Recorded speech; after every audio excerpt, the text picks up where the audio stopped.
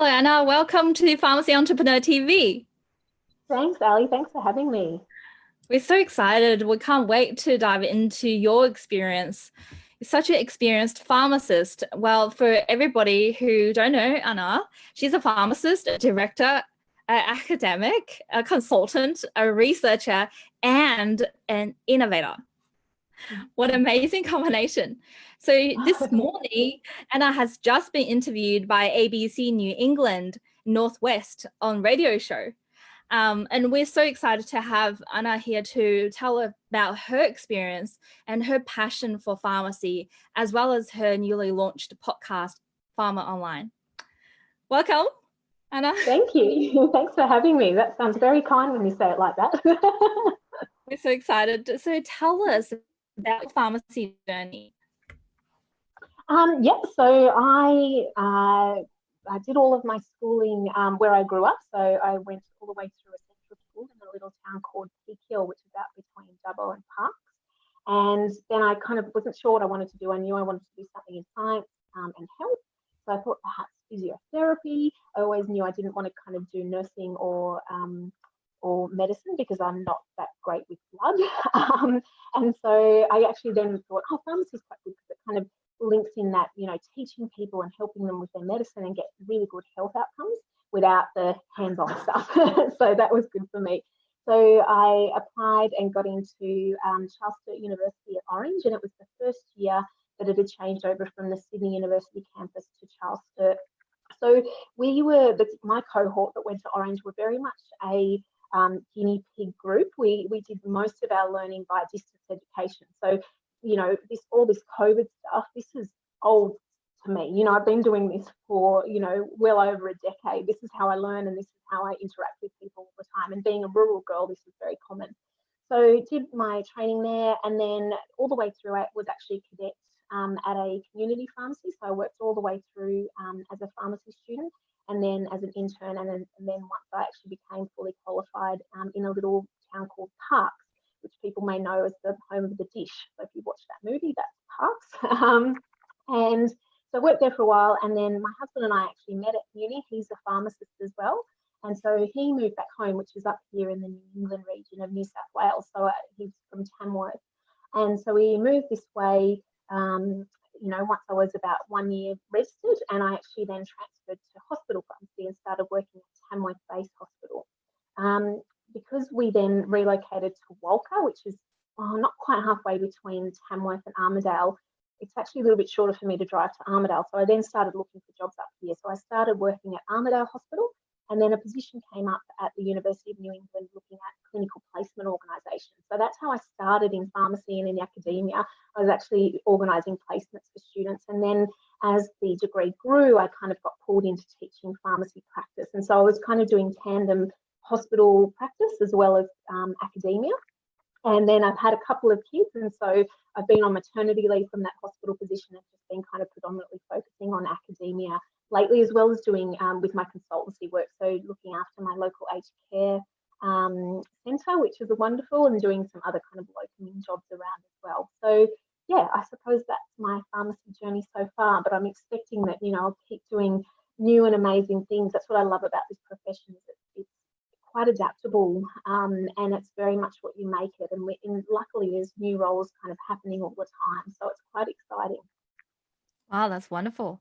So tell us from the start. So you're now a lecturer at university. Tell us about your experience as a lecturer.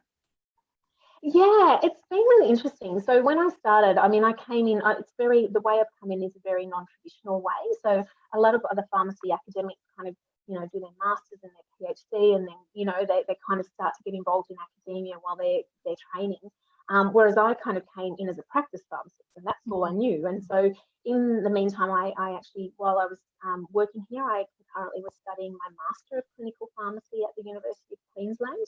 And now I've moved on to now studying a PhD part-time as well. But it was very much a baptism of fire. Like, it was like, okay, you've got to create this content. And I was like, okay. And so I think there's an advantage, though, coming in that way, having that practice experience and that knowledge and that, actually interacting with patients, because it's very different to kind of learning out of a textbook and actually doing something. And so a lot of my role is getting students to look at that implementation and that transition from book smarts to actually getting it across to someone and getting good outcomes for their health, because it's very, there's lots of pharmacists that know their medication, but it's really important that they can actually communicate that and make sure that their patient understands that. So it's and it's a continual learning curve. Like I mean, there's still new software coming out all the time that I have to learn for my work.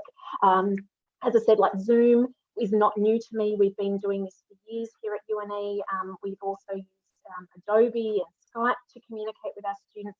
And I've been here for 8 years that we've been doing it all that time. And it's been really interesting, with PharmOnline. I know we're not there yet, but it's all about telehealth. And so I've been teaching my students about telehealth and being able to communicate with someone online. And for the last few years, I think they've probably thought, oh, why are we doing this? It seems a bit odd, this is not what happens. And then COVID happened. And now, my students are at a significant advantage because they've already done this. They already talk to their patients online. They've practiced this and utilising this technology. So it's quite exciting. Wow. So you mentioned PharmOnline. So tell us more about why did you start and how does that all start? And Okay. Well, it's only recent. So I've only actually launched it on Friday. So just last Friday. It's not even a week old, my baby yet. But I've been working on it for the last few months while COVID's been happening. So it helped to kind of solidify the idea. I've always thought that we're a health profession that can be utilised so much more. We've got so much knowledge and experience that we can really help our patients with. And I mean, pharmacists are doing that all the time. Community pharmacists are doing that every single day. Hospital pharmacists are doing that every day. People in industry are, helping, by creating new wonderful, applications and medications and treatments for us. But I felt that, and particularly being a rural pharmacist, it's often quite difficult to get to a pharmacy. The pharmacies our way aren't open 24/7 like they might be in the city. So generally they're 9 to 5, but you might find a few places where they might be open to 7 or 8 o'clock at night, and that's it. So there's this kind of big time frame where people don't have assistance and they're not able to easily access a pharmacist.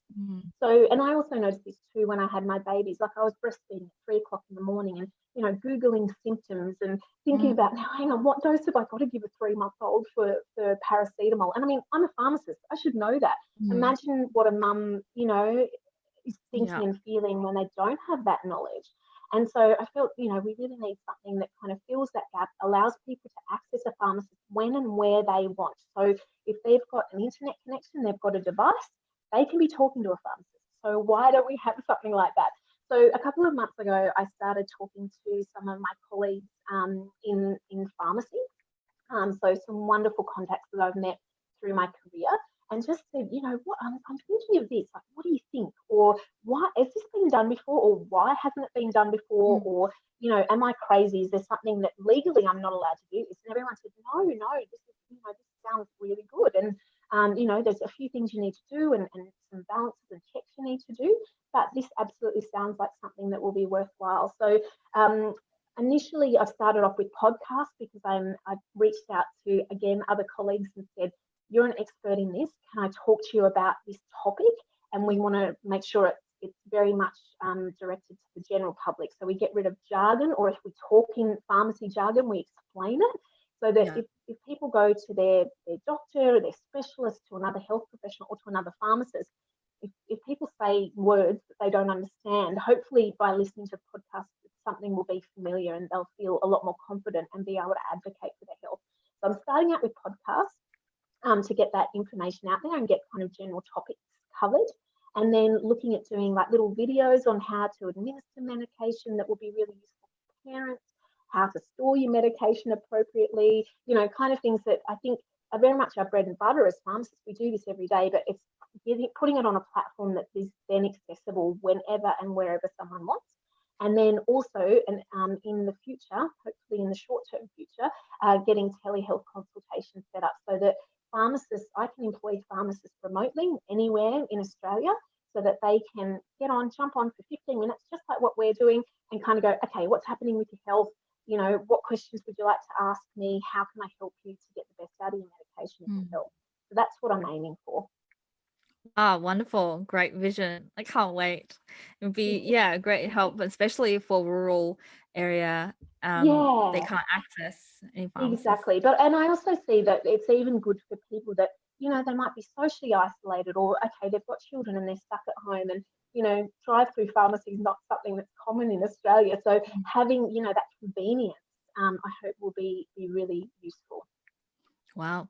So now you're stepping into from a lecturer, from a hospital pharmacist, community pharmacist, aged care pharmacist, to a pharmacist, entrepreneur pharmacist, which is what Yeah. our global pharmacy entrepreneur community really is about, is to support and encourage and connect pharmacists, entrepreneurs from all over the world. So Anna is a great example as an Australian pharmacist in that space. So tell us about your journey, transition from that employee mentality to this entrepreneur, be your own boss mentality, your mindset, and some of the skills and difficulties, obstacles that you experienced. I know that's a big question, but let's There's go from lots in there. that. You'll have to remind me. You'll have to tell me if I've missed anything. Yeah. Yeah, it's been interesting. I mean, obviously, I'm still an academic. I'm still doing my PhD, so I'm kind of juggling this, in my spare time. But it's good. It's really related to what I do anyway, so it doesn't feel like a big leap. And it's funny. I don't feel like an entrepreneur. I just feel like this is something that should be done. Like I just feel that in my heart. This to me is something that should be out there and should be accessible. And so it doesn't really feel like a lot of hard work. I'm not sure, if there's other entrepreneurs that feel like that. I'm sure there will be times where I feel it is really hard work, but so far it really hasn't. But I've also had a lot of support from something called the UNE's, the University of New England's Smart Region Incubator. So it's been set up in the last few years to really support entrepreneurs in the local area. So a lot of it in the UNE SRI is predominantly agricultural entrepreneurs, so technology, new applications, and there's a few health ones just starting to kind of come in now. So I've got some colleagues that are looking at being able to check foods for chemical content and quality. Others that are looking at setting up an app for dosing medication in children, which is really cool. So that's been made by a nurse and a doctor who are sisters. So they've been really cool, and they've been really supportive. It's been like having my own little cheer squad, a bit like what Global Entrepreneurs is like for me now too. It's really, really lovely for people to go, that's a great idea. And that's been good just to, I suppose, reassure myself that it is worthwhile doing, because I think when you think of an idea, you probably think, I'm not sure that this is needed, or I don't know that anyone will value it or use it. And so it's been good to have that little personal cheer squad to go, no, this is good and you should be doing it. So that's been really helpful. And as I said, just talking to colleagues and getting their advice and having them come onto the podcast has been so lovely. I haven't had anyone who said, no, I don't want to have anything to do with it. They've all said, yep, when do I get on? When can I help? What's a good time for you? And what kind of questions do you want me to kind of be ready for? And so that's been really cool. And it was interesting. I was interviewed yesterday about PharmOnline, and somebody said to me, do you feel brave by kind of setting this up during COVID when, it's likely we're going into a recession in Australia, and I'd say there'll be other countries that'll be the same. And I was like, I hadn't thought of that too much. But for me, it's more about that education side, so getting this information out. But I just feel that COVID will also help people value their health more. I mean, we've seen that in Australia. So many pharmacies have exhausted their influenza vaccination stock because so many people are going and getting it, which is amazing. So I think people are far more aware of their health. So I think it's kind of been this perfect storm of bringing everything together. Obviously, the other benefit of COVID is people are utilising technology. They're making sure they've got an internet connection because they've needed it while they've been, in isolation. So again, I think it's a good time for PharmOnline because it's everyone's kind of prepared for it. They've got the technology and the ability to utilise it. I'm just going to make sure it's in a way that they value it and they potentially are actually willing to pay for it as well. Because that's what I noticed too in Australia is that, most of what we do as pharmacists is product supply, and we're paid on that rather than our advice. But I actually think that's what we need to be paid for. We should be paid for the advice and the knowledge and the expertise that we have. And by doing PharmOnline, I hope to be able to demonstrate that. So my researcher brain comes in. I'm like, right, I'm going to be collecting evidence, and then I'm going to present that, you know, to the government and go, okay, here's the evidence that it actually is worthwhile. Well, that's what I'm thinking. That's my hypothesis. It's yet to be proven, but hopefully, that's something that we'll get out of it. Well, that's amazing. Yeah, you mentioned that being a researcher. Yeah, Anna is doing also a PhD at University of Queensland right now. Yeah, do you want to tell us a bit about that, the work you're currently doing? Yeah, so sorry, I'm just making sure I've got some light. Everything's going off in here. So I'm actually looking at deprescribing, so stopping unnecessary medications, but actually using a kind of unique method for doing that. So using something called N of 1 studies or single subject studies. So basically you'll do multiple studies in different patients and see how they react individually to a medication. So they'll get active medication and then they'll get placebo. And over a few weeks or maybe up to a month or two, we'll see how they react and see if they still need it. So for example, proton pump inhibitors are a good example of that.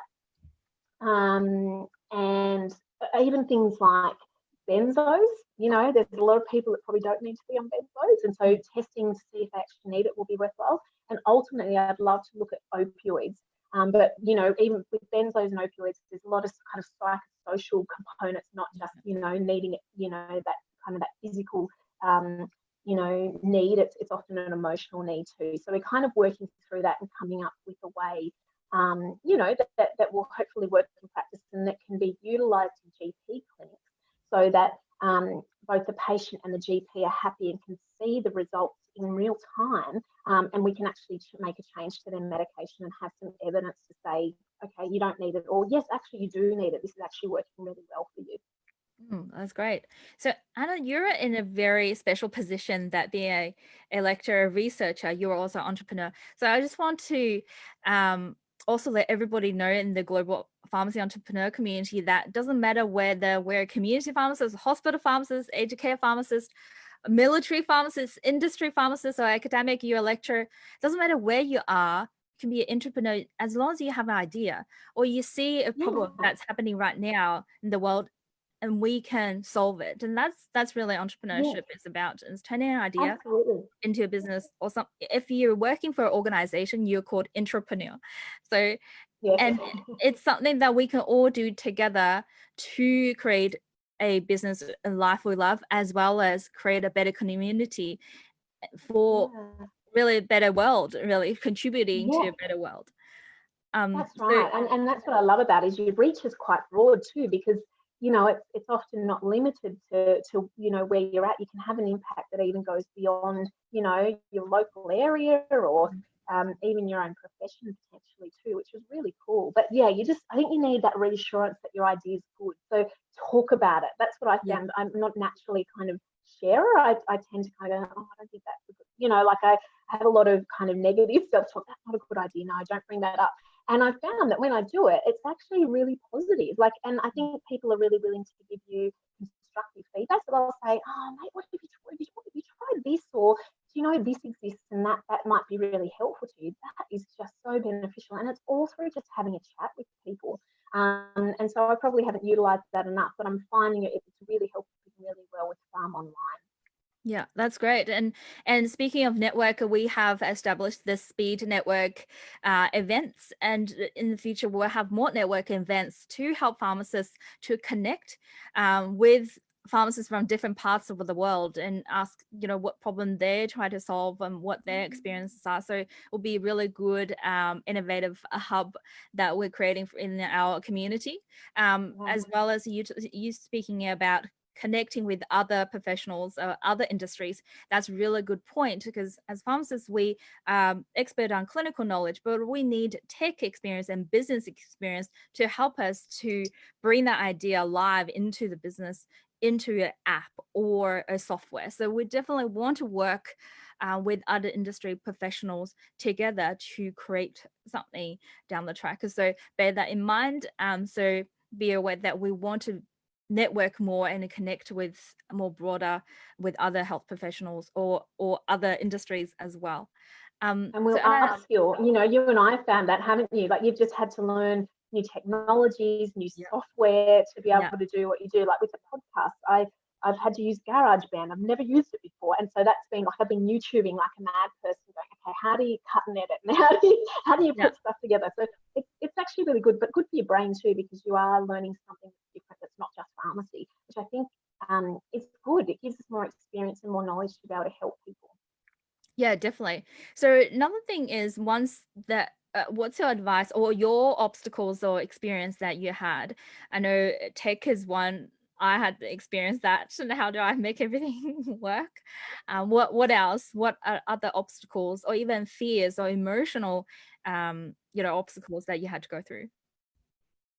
Yeah, I mean, I think they're kind of still popping up all the time. It's not something, I was very fearful when I first made it live on Friday. I thought, I don't think it's ready. Like, I don't think it's ready. But I was like, just do it. Just do it, Anna. Just put it out there and see what happens. And you can always make an adjustment later. And as I said, it's been really positive. But I don't know, fears. Yeah, I felt really sick releasing it. I thought, what if people say this is terrible or don't engage with it at all? Or tell me the information's wrong, all these kind of, you have all these fears and doubts. So that's been quite tricky, and I still do that every time I kind of do another podcast, particularly not when I'm interviewing other people, because I feel like I know this stuff. I'm just literally putting it, in a way that's hopefully, something that people can actually take in. But when I do it myself, I'm like, oh no, that's not right, and you've said that wrong, and so I edit my own episodes a lot more than I do with my special guests.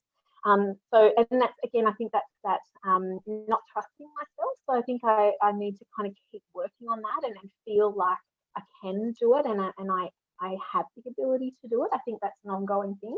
I have a lot of imposter syndrome, and I'm sure you can tell. And I mean, for me, it's time, right? So you've listed off, a few of the things that I'm doing. And people say, how do you do it? Well, the problem is a lot of the time I don't do a lot of those things as well as I would like to.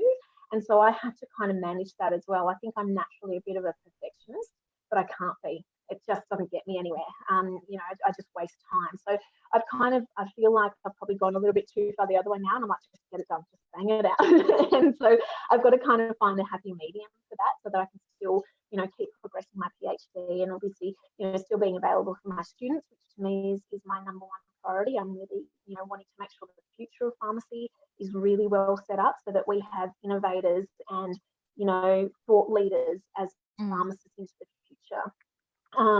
And juggling family too. So I've got a nearly 5-year-old and a nearly 3-year-old and a husband, and we've got a working farm. So kind of juggling all of that's quite hard too. So I kind of steal time to do my PharmOnline stuff. And that I sometimes get mum guilt too, because I think, maybe I mean, I nearly always do everything when the kids are asleep, or at times around travel, or whenever I get a break at work or something like that. But it's quite hard. There's a lot of kind of guilt there for doing something that is really new and isn't making money at this point, and there's it's no income. It's all just starting to develop and create contacts so that people are aware of what we offer down the track.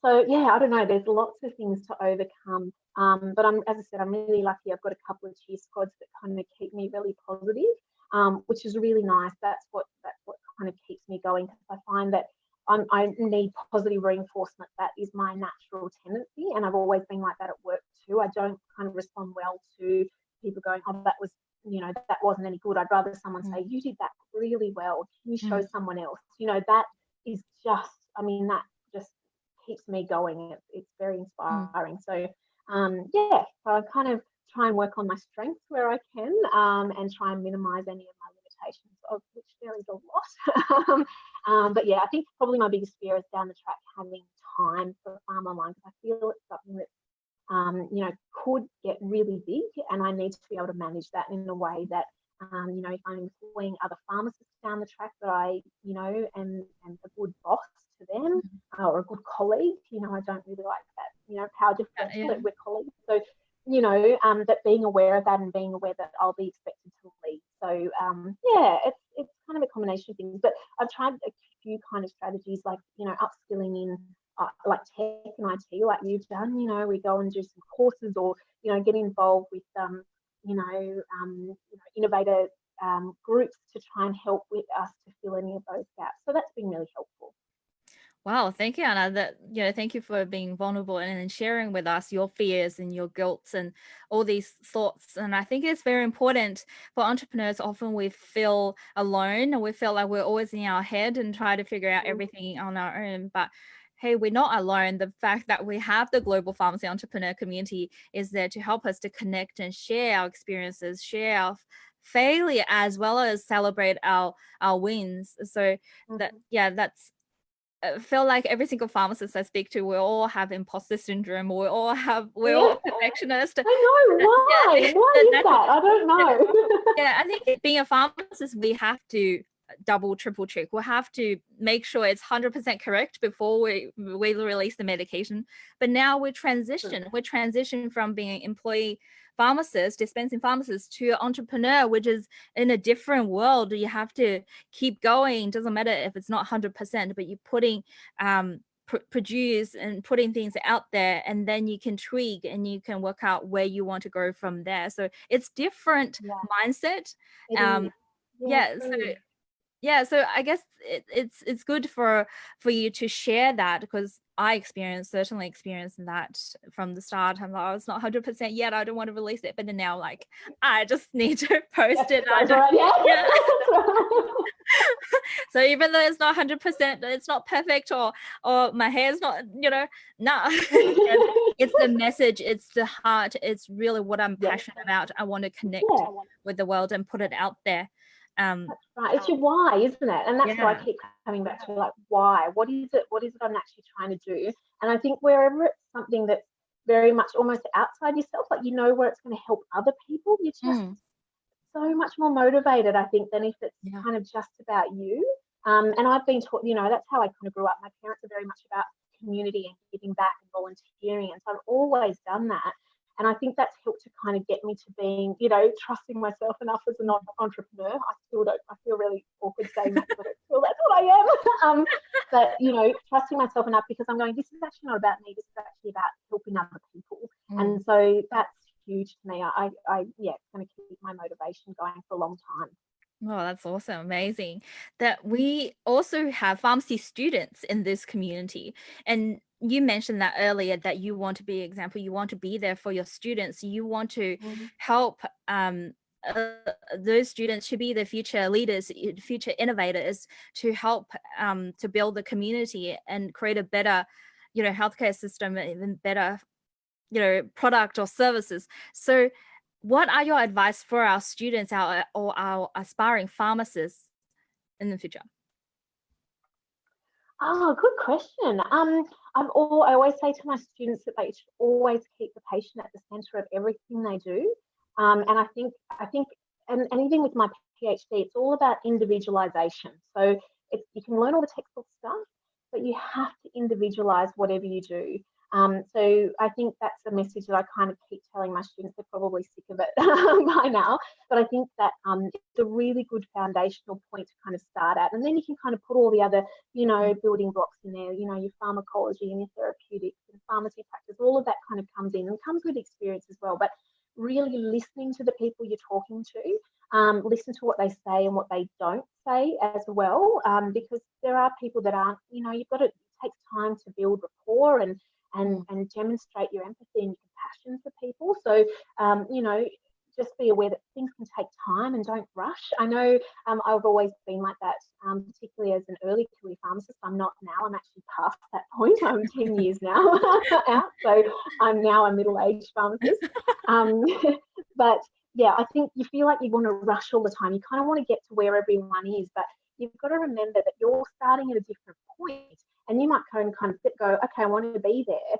But you've got to remember that there's all this experience and a lot of mistakes that have happened to get to a certain point in your career. And for other people might look at that and think, oh, that's amazing. Like, I've got pharmacists that I look up to and I just go, oh, I just want to do what you do. But I've got to always remember that they've done a lot. They've got things wrong and they've got things right. And so talking to them and getting mentors and having that support is really useful. As an academic, I always say to my students, actually talk to your academic, talk to your lecturers. We're not scary we're actually here to help you. We're not here to stop Mm. you getting through. We actually want to teach you skills that we've learned so that we can help you avoid mistakes and get further in your career faster. But I also think, yeah, don't worry about the speed. I think you're always going to go further when you're doing things with other people than going on your own. So things like getting a mentor, really thinking about and planning out what you want to achieve and how you're going to do that is really useful, and keep talking. So when you're going to pharmacy events, which hopefully will open up again soon, like conferences or seminars, go and talk to people. Go and introduce yourself to people. It's not something I naturally have liked to do, and I've learned to do it a lot better over time, because I saw the advantage of doing it. If I was at a conference and I saw someone or a couple of people on their own, I'd go over and say, hi, where are you from? And it's amazing the connections you make through those contacts. Just having a conversation, somebody might say, I work at the TGA, or, I've been working for, at some other company, and you'll all of a sudden go, wow, that's great. Can I talk to you about that, or how can we incorporate that? And I think it's building those relationships, which is really important right across the board. Yeah, and great point. And again, if you're in our global pharmacy community, join our speed networking events, and you never know who you'll meet. And we have pharmacists from all parts of the world, and pharmacists in all different areas in their lives, as well as different industry, or not different industries, different aspects of pharmacy. So join our network events, so you never know, your success might be one network event away. So love it. Thank you so much, Anna, for the chat today. You're amazing, and we can't wait to listen to more episodes. And so tell us, how can we find the PharmOnline podcast as well as the website? Absolutely. Great.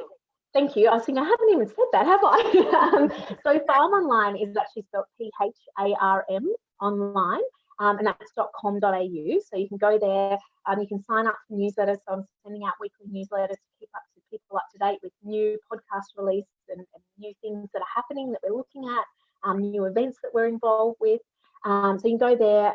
You can also, that's where you can get the podcast too. So they're actually loaded onto the website as well. You can go there.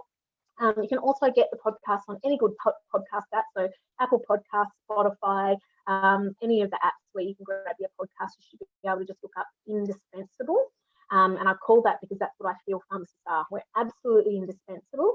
And so it's called the Indispensable Podcast. And so it's got like a, little cross in blue and purple. And yeah, just jump on there. And hopefully there's some topics there that are of interest to you. I've had a lot of my pharmacist colleagues say it's actually a really good refresher for them. They've been listening to it and going, that's right. Yeah, that's that medication for that. So that's been really cool. But yeah, as I said, it's predominantly aimed at the public. So actually getting that, kind of breaking down any barriers, if people are not comfortable talking to a pharmacist in a community pharmacy, maybe it's not as private as they'd like, or, people come up with questions at any time of the day or night, and so they often need that help. So that's really what PharmOnline's about. So that's where you can find us.